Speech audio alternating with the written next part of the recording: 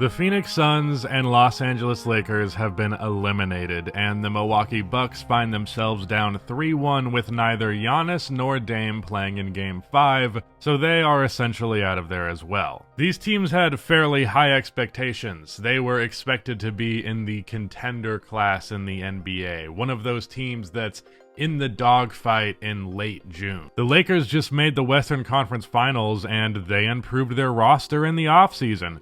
The Milwaukee Bucks traded for Damian frickin' Lillard, the modern Kobe and Shaq. A finals run is inevitable. Oh, and the Phoenix Suns, they're so talented. Sure, they only have like 5.5 actual NBA players, and all of the stars have the same skill set, and they can't play defense. But, hey, why don't you look at this mid-range shot? Wasn't that cool? Since these teams did not live up to the hype, I wanted to look at them and determine where they went wrong, and what they could do, if anything, to turn this thing around. Of course, the if anything in that sentence was necessary because of the Phoenix Suns. But let's discuss these failed contenders. Hello everybody, welcome to Us Rusty Buckets. Subscribe to the channel if you have not already, and drop a like on this video. It only takes 1 second, and it makes a massive difference on how the video performs in the YouTube algorithm. Alright, I know who you want me to talk about first. It's okay, I'll do it. Say the line, Bart! Let's talk about how fucked the Phoenix Suns are.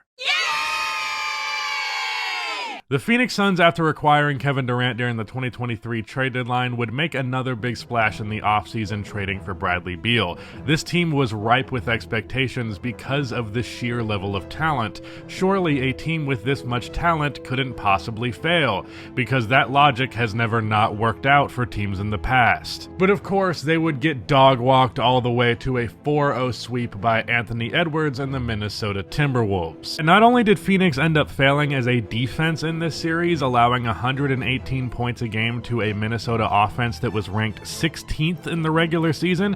For reference, 118 a game is the most any team has averaged in the playoffs so far. The current average is 104 points per game, but the deficit would be made wider in the offensive department. Phoenix would score just 103 points per game, putting them just below the average team in the games played thus far. So this team needs to fix its defense and its offense. Now I know that sounds bad or whatever, and like it kind of definitely proves this team should have never been considered a legitimate contender in any capacity, but oh wait.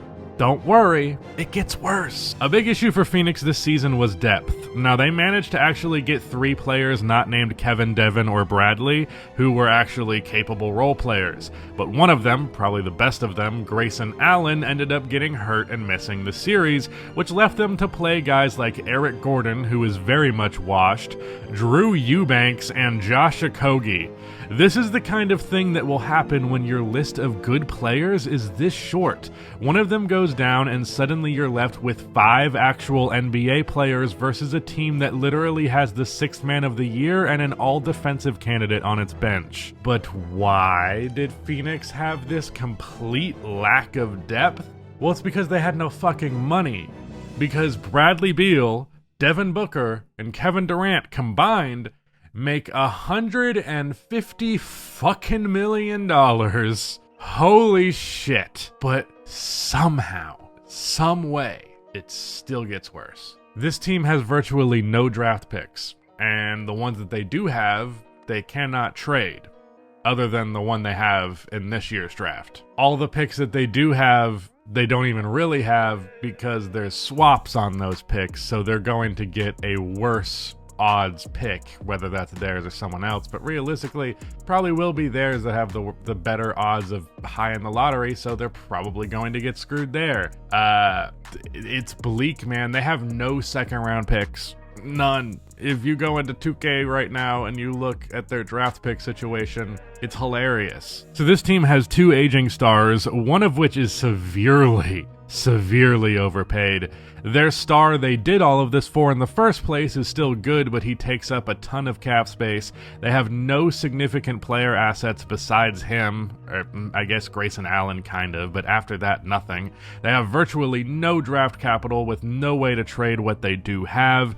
You also probably are going to have to replace your head coach here in a minute because the front office wants to scapegoat the coach for the gargantuan hole that they have dug themselves into for literally no other reason other than their horrible shit fuck owner. On top of that, there's also actually, that's it. I was just listing so many things that I just forgot I needed to stop at some point. See, the point of this video is suggesting how to fix these teams. And the Bucks and the Lakers, I think there's definitely a way to do that and bring these teams around to being a contender. But the Suns were never contenders in the first place. The title contender is just because people called them that, but I don't think there was a single point this season where they belonged in that conversation. So this is going to be a little bit different. I don't think there's any suggestion that I can make, anything that the Suns can do that would make this a legit contender. I don't think there is a single thing to be done unless some other GM in the NBA just wants to make a comically brain-dead move, and I just don't see that happening because most NBA front offices are far more competent than Phoenix is. I don't know if I have seen an NBA franchise fuck itself more than the Phoenix Suns did. I genuinely don't know if I have. It's insanity, dude. It's actually fucking crazy. Like, genuinely, like, the 80s Cavs with Ted Stepien, the Stepien rule guy who, like, traded all of their draft picks. This might be worse. It might be. At least you were trading for star players in theory, but holy shit, dude. Maybe we need to invent a Matt Ishbia rule for terrible shit owners who ruin franchises. But fuck it. This is what I would do if I were the Suns. So, as I said, I'm giving up on this team being a contender. So this is a either retool or rebuild, whichever it may be, but realistically it has to be a rebuild. Now, I don't necessarily know that Phoenix is going to do that this offseason. I feel like they're going to try and roll the dice one more time and see if they can get just some competent role players, but I would be shocked if any free agents were really that interested. There's no money there, and it's not a good team, and they're currently one of the most clowned on franchises in the NBA after this season. It doesn't really seem like a very attractive destination. So I have a bold take here, and I don't even know if it's logistically possible, but as far as I'm concerned, there are two routes that this team can take. Either, and here's the thing, one of them is pretty much logistically impossible or very close to it, which is not a good look, which means you're probably going to be forced to go in one terrible direction. But if you could possibly trade Bradley Beal and Kevin Durant together, where essentially the value that the opposing team in the trade is getting is from, you know, they're alleviating you of the Bradley Beal contract. Like, they're still giving you some assets because Kevin Durant is Kevin Durant, and they'll pay $100 million for Kevin Durant. Some team would probably, but even then, maybe they wouldn't, because that is a lot of fucking money, and it would probably be the most money ever moving in any NBA transaction ever. So, yeah, probably not possible, which means, unfortunately, you're going to have to trade Devin Booker and Kevin Durant. And Devin Booker is the guy you did all this for, and it's terrible that it ends this way because very recently in the future, this was a team that had a lot of upside and a bright future ahead of it. Wow, but there's really nothing to be done. I don't think there's anything that you can do to save yourselves from what you've put yourself into. So, yeah, that's kind of it. You got to trade Devin Booker. That's the only way you're going to get any kind of assets is by trading those guys, and that's the only way you're going to go forward is if you have some types of assets. If you literally don't have draft picks and those guys, you know, are gone eventually from whatever it comes, however that comes to be, you're just gonna fill your team out with like G League players. Like you're gonna have to bank on eventually having cap space and landing someone in free agency. Otherwise, you have no options to build an NBA roster. So you need those assets. You need draft picks. You need young players to be potentially interesting and excited about, and you need it quick. And unfortunately, the only way you're doing that is by trading the two players that you did all this shit to make come together to begin with. There's a pretty solid chance that you're gonna have to go that way because I am almost certain that Bradley Beal is untradeable. He might be the worst contract in NBA history, and I know that people have said shit like that before, but I actually think this might be the one. Bradley Beal this season averaged 21 points, doing so on league average true shooting. That's just not impressive in the current NBA landscape. 33 different players this season averaged more points than Bradley Beal has over the last 3 years. More than 33 average more than Beal this year. And there are exactly 100 players who have a better true shooting percentage than what he has averaged in the last 3 years this season. He is a dime a dozen average efficiency 20-point scorer. There literally are a dozen at this point. Bradley Beal is not a 30-point per game scorer anymore. He's not even a top 50 NBA player, and he makes $50 million a year until the 2027-2028 season. You are stuck with him, and you of course have no assets. So the only way you're doing that is by trading your key players, and if you can somehow miraculously pull that off while keeping Devin Booker, then that's good, and you do a retool instead of a rebuild, but you're rebuilding, let's be real. So you're stuck with Bradley Beal. Realistically, he can just be a guy who, like, hopefully attracts some level of audience to your games in the future. You know, he can be a veteran presence, and, you know, essentially Bradley Beal can be a guy who gets empty buckets on a team that's perpetually trying to get in the lottery and getting assets, getting young players. Yeah, that's going to be the legacy of Bradley Beal, is the guy who had 1 year after the playoffs for the first couple of years, but after being a player on a bad team for a while, going to a team that's supposed to be good, sucking especially in Game 4, and then going back to the same exact position as he was in Washington. Now the question is, what is the value of Devin Booker and Kevin Durant? In the case of Kevin, I don't think it's actually that high. Given how much money he makes, it already makes it kind of difficult to trade for him, but he's going to be 36 going into next season, and I'm very confident that he is not a first option in the NBA anymore. He's just not, and he has proved that in the last 2 years in the postseason where he has not been very good. He was better in this series than he was against the Celtics, but he was bad. He was pretty much quiet for the most part. His stats look good, but in terms of his actual impact, practically nothing, you know, relative to, you know, being a first option. So I don't think his value's that much. I think you could probably get a couple of pretty good picks out of him, a couple of players who are playable and ideally fairly young. Devin Booker can get you a pretty penny, okay? You can load up on assets with Devin Booker, and really you're going to have to field a lot of phone calls because every team in the league, more likely than not, is going to be interested. And that's the silver lining here, is you're gonna get a lot of shit for Devin Booker. You can probably get multiple good first round picks. You can probably get a couple of young players, and that will give you something to be excited about, something to be a silver lining. And I would recommend strongly, because this is kind of the issue with trading a player like Devin Booker, is you trade him to that team. Same for Kevin Durant with these deals. You trade them, and then the team is better because they have that player, so the draft picks aren't actually that good, so you traded for a bunch of middling first-round picks. I would trade... There's a couple of teams in this point who have fucked other franchises, like the Phoenix Suns were, and you can use that to your advantage, and you can take draft picks from a team that it's not their own picks.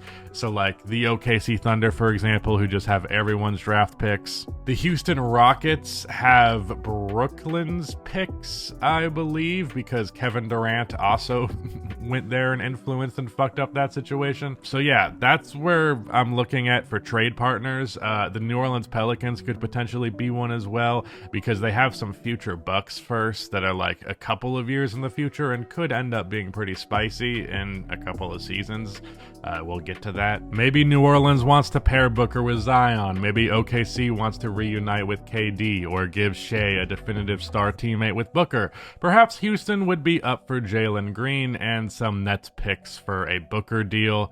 Whatever it may be, I think you blow it up, no question. Otherwise, your best bet is just praying you stumble upon some diamond in the rough role players. And even then, I think your star players fundamentally do not work together. But moving on. The Los Angeles Lakers seem like they improved this offseason with the additions of Gabe Vincent and Taurean Prince, as well as fringe guys like Christian Wood and Cam Reddish. But it turns out they all kind of stunk, and so did the Lakers team this year for most of the season. The bright side being D'Angelo Russell, who had his best season since he was an all-star in Brooklyn. They, of course, lost in 5 to the Denver Nuggets, the silver lining being that they at least proved that they were capable of competing and actually winning a game against the Denver Nuggets. LeBron is old, but he keeps being good, so I'm just going to have to assume he's going to keep doing that until he doesn't. Dude had a career year from 3 in season 22. That sentence doesn't even feel like it should be real. AD, honestly, I think I need to reevaluate where he ranks in the NBA. Dude was dominant against Denver. I'm big on Austin Reeves and Rui Hachimura. Reeves was good in the playoffs. Rui wasn't so much, but it has not shaken my faith. Where I do have little faith at all is in D'Angelo Russell. I do not like the inconsistency he displayed in this series. But on the bright side, I don't think it's going to ruin his trade value too much given the value of his contract. See, he's making $17 million a year next season and $18 million the following, and that's a very reasonable amount of money for a very clearly starting caliber guard in the NBA. He averages 18 points and 7 assists, shoots 41% from 3 on 7 attempts per game. For $17 million a year, if I don't have a good point guard in my starting lineup, or hell, maybe if I'm a team that has some money to spend and I would like a really strong sixth man, I'm happy to make that type of thing work, and I can give you some decent asset in return. Ideally, a 3-and-D player of some kind, and even more ideally, one who's pretty lights out. Doesn't have to necessarily be a super strong outside shooter, but definitely a very good one. But that said, I'm saying this all because I think Austin Reeves should be your point guard, with LeBron providing secondary playmaking during the regular season, and you can switch those roles if you'd rather have LeBron doing it. It would really depend how you feel about Reeves at that point in the year. But honestly, dude, I think that D'Angelo is holding Reeves back rather significantly, and the Lakers would be much better off just embracing one over the other, and I think Reeves is the obvious choice. He averaged nearly the same amount of assists as Russell in terms of his feel for the game. If anything, I feel like he's a better playmaker because he makes more bold decisions with the ball, gets deeper into the paint because he's a much better slasher than Russell is. He's not quite the three-point shooter D'Lo is, but he's a very strong one. Honestly, just looking at their skill sets, he's got a good mid-range game. He's got a very good float game. He's got good handle. He's a good passer. I think he can do everything D'Angelo Russell can do, plus he gets to the free throw line. He is very, very good at drawing fouls. Now, he has not been nearly as good this season at that, and I think that's almost entirely because D'Angelo Russell, having a higher role as the season went along, took the ball out of his hands. D'Lo was a mid-season addition last year, and ever since he was there, Reeves' free throw attempt rate has gone down. But over that stretch that he displayed before D'Lo was there, that shows me a lot of encouraging signs about him as a primary creator. Just for reference, this guy had a 54% free throw attempt rate, meaning he was shooting 1 free throw for every 2 shots that he took. For reference, Joel Embiid has a career free throw rate of 55%. He's that good at drawing fouls. So, with him as the primary ball handler, not worrying about facilitating to D'Angelo Russell in any capacity, he has all the room in the world to be aggressive offensively, get to the free throw line, hit some pull-up jumpers, get into the paint, and make some good passes. That's very good and free offense that D'Angelo Russell's fear of contact does not allow. And, the reason that offense is important is because the reason you get this inconsistency from D'Angelo Russell is he's a jump shooter. He only shoots jump shots. He very rarely gets to the basket. He very rarely gets to the free throw line. Austin Reeves has reliable, cheap, easy go-to offense available to him that you can count on every game, and makes it way less likely he will just have a 0 for 7 type game like D'Lo did. I think if you go with Austin, a good 3-and-D wing, LeBron and AD, that is a very good lineup. Let's just say for the sake of argument that you do a D'Angelo Russell for Alex Caruso swap. I don't like that idea as a Bulls fan, but it's something that's been rumored quite often. And I think it would make some sense for them given their lack of point guard. They've been playing Kobe White at point guard, but is he really a point guard? But also there's Io there, so I don't know if it's really going to work. But this is just for the sake of argument. Alex Caruso is a 40% three-point shooter on 333 attempts this season, which is 4.7 on average. That's very good. So imagine Austin Reeves is the pick-and-roll ball handler with AD. LeBron and Rui as big wings are both able to shoot 40% from 3 as they did this previous season, assuming that holds up. They're also both very good cut options, and they can hit a mid-range shot or two if they find themselves in that area, and they both can do a little bit of isolation. Obviously, LeBron quite a bit more, but off of the ball, both of them can cut, both of them can catch and shoot. Both of them are very strong screen setters. Both of them are good offensive rebounders for the most part. And then you have Alex Caruso on the perimeter, who, if you leave him open, he's going to hit it. So that's 40% three-point shooters in this previous season. 2 of them excellent cutters. 2 of them excellent playmakers. And then you have Austin Reeves as the primary ball handler. That sounds like a very good recipe to me personally. And of course, something I haven't mentioned at this point, Darvin Ham is going to be gone. If you can hire an actually good coach, and god damn it, would I like it if they finally did, if they sign a good coach and they have that lineup, I think they can be a contender for real. I feel very strongly about this idea of committing to Austin Reeves. It's because of 2 reasons, really. First, I just believe he can do it. But second, I believe this is the best possible outcome for LA. I don't really think there's any other move that they have available to them that would be better than this would end up being if it worked. And I'm really confident it's going to work. So yeah, do that. Use whatever cap space you have to sign 3-and-D guys. Stop going for any kind of name like the Christian Wood thing. I didn't hate it because it was super cheap, but it was like just get guys who fit. I would bring Taurean Prince back even if he's been hit or miss. He might be under contract. I don't even know. I think there's a chance Gabe Vincent with a full season under his belt can be a good backup point guard. He was injured all year. I think there's still reason to have some level of hope for this Lakers roster. LeBron is just so old, so it's possible he just finally has the season where he falls off.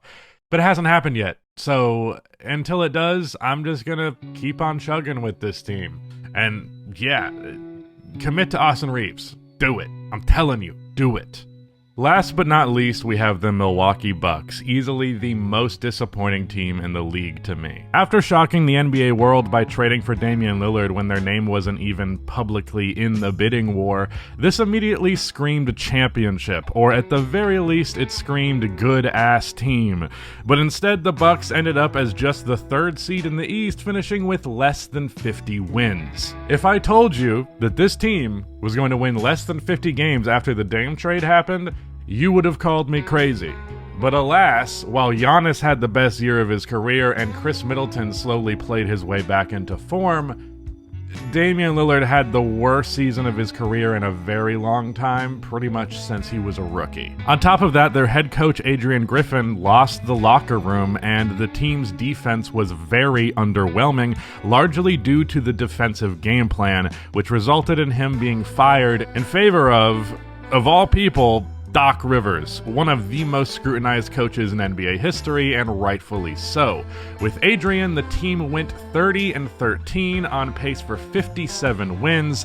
Under Doc Rivers, they would go 17-19. Doc did address the defensive issues, as Milwaukee would close the season as a much stronger defense than when they opened, but their offense fell off of a cliff. I understand that Milwaukee had primarily a defensive identity in the past, and that's what won them a championship in 2021, but the offense was getting them actual wins. Like, I understand focusing a little bit on the defensive rating, but look at how much the offensive rating improved and take the W there. Clearly the Bucks disagreed with me on that front. Giannis unfortunately ended up getting hurt before the playoffs, meaning he would miss the series against Indiana, and they are up 3-1, which means they're pretty much guaranteed to advance, as in Game 5, I believe there is no Damian Lillard on top of no Giannis, and Chris Middleton's good, but he's not that good. As a result, a team that was expected to be in the conference finals at the bare minimum, likely a finals appearance, instead they're a first-round exit.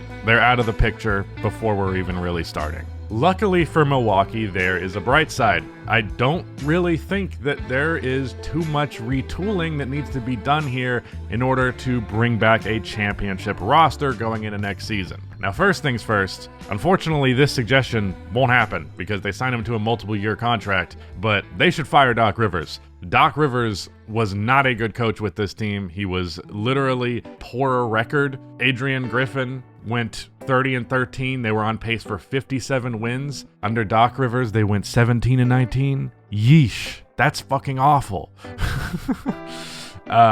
Literally an under 500 record and then getting gentlemen swept in the playoffs. I understand no Giannis, but still, damn. I would fire Doc Rivers, and I would bring back Mike Budenholzer because he has a rapport with this team. He has a history with this team, especially a history with Giannis.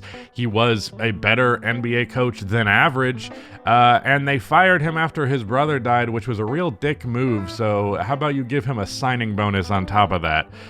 That's what they should do. They won't, though. So that's a huge factor here. But outside of that, in terms of actual personnel, my primary goal this offseason, if I was Milwaukee, is I would trade Bobby Portis. Now, I understand that Bobby Portis was a very key figure in this team on their championship run, but the offensive explosion for this team with the addition of Damian Lillard reduces the necessity of his presence. He was a post scorer, a mid-range catch-and-shoot guy, a three-point catch-and-shoot guy, can do a little bit of creation and is a good off-ball player. Very useful, very big player for them in that playoff run. Not that useful anymore. And Milwaukee Bucks fans kind of started to turn on him as the season went along because, yeah, dude, this guy's just not really what we need. And he kind of is a ball stopper, and he's not the strongest defender in the world, so I would let him go. Not to mention, backup center is probably the easiest position to fill in the entire NBA. Getting one with Bobby's offensive skill set is certainly not that easy, but, you know, just I'd rather have a minimum center who plays defense and isn't slowing down my possessions. I would trade him for a true 3-and-D wing who can start for this team. Something that was explored a little bit last year was Grant Williams for Bobby Portis.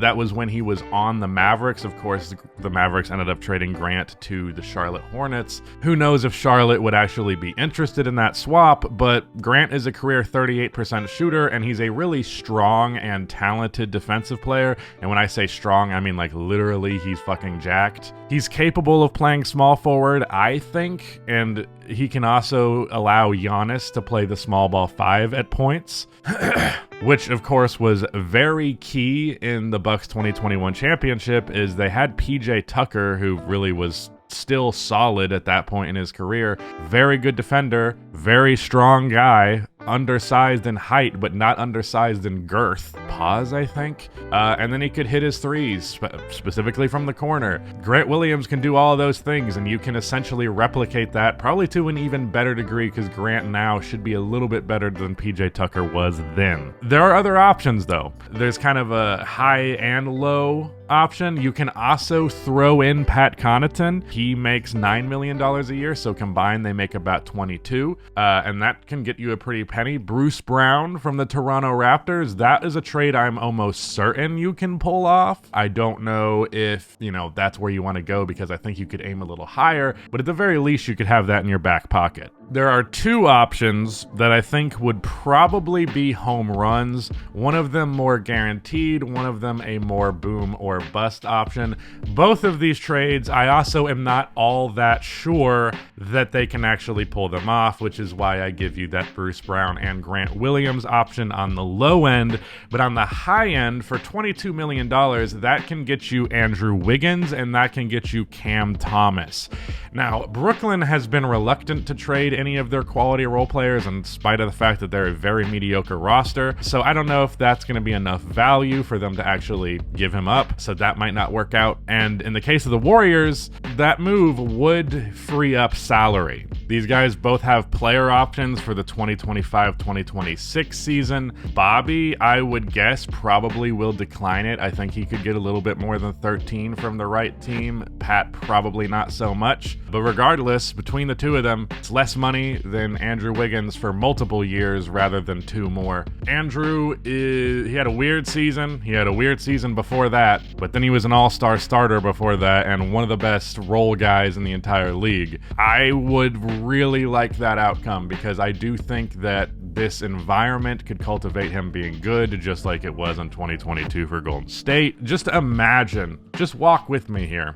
Imagine you have a starting lineup, because I mentioned size with Grant Williams playing the 3. Now you have a 6'8" small forward instead. That's the same for Cam Thomas as well. Cam Thomas, lights out shooter. Andrew Wiggins, better defender, better self-creator. Both of those options are great. I feel like the Wiggins one is a little bit more plausible just because of the salary relief that comes with it. I don't know what the Nets are doing, really. Moving on from that, I would be sure to bring back Malik Beasley. He shot 41% on 7 threes a game this year. That's a damn good player, and hopefully you can get him for relatively cheap. I would also prioritize the point guard position as far as their bench unit goes, because while Chris Middleton essentially being the point when Dame is off of the floor is cool and it kind of works, I think it would be better to get a true natural initiator out there and a guy who can also just hit some three-pointers, do a little bit of self-creating. Just on the low end, there is Kyle Lowry, Monte Morris, Reggie Jackson, Jordan McLaughlin.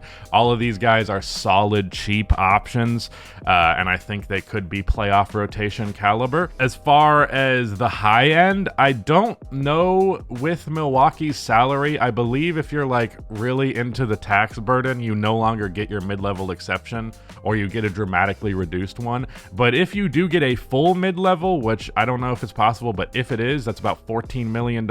I would go after Tyus Jones. If you could get Tyus Jones on about $14 million a year, that is very nice. So just imagine going into next season, we have a starting lineup of Damian Lillard, Chris Middleton, Andrew Wiggins or Cam Thomas, Giannis and Brook Lopez as your center, and then off of the bench, Tyus Jones, Malik Beasley, and I also think they should get a backup big, and let's just say they go with a minimum guy, since there would be Rashawn Holmes and Daniel Tice. That is a damn good team, and if you put a good coach next to that, or at least a decent coach, a competent coach, aka not Doc Rivers, I think that can go quite far, and I think that would be a better team than the Boston Celtics currently are if Damian Lillard has a better second season with Milwaukee, which I'm pretty confident he will. I feel like he played a little bit better as the year went along, and he played pretty solid in the playoffs, all things considered. I think Dame is still a very, very good NBA player, and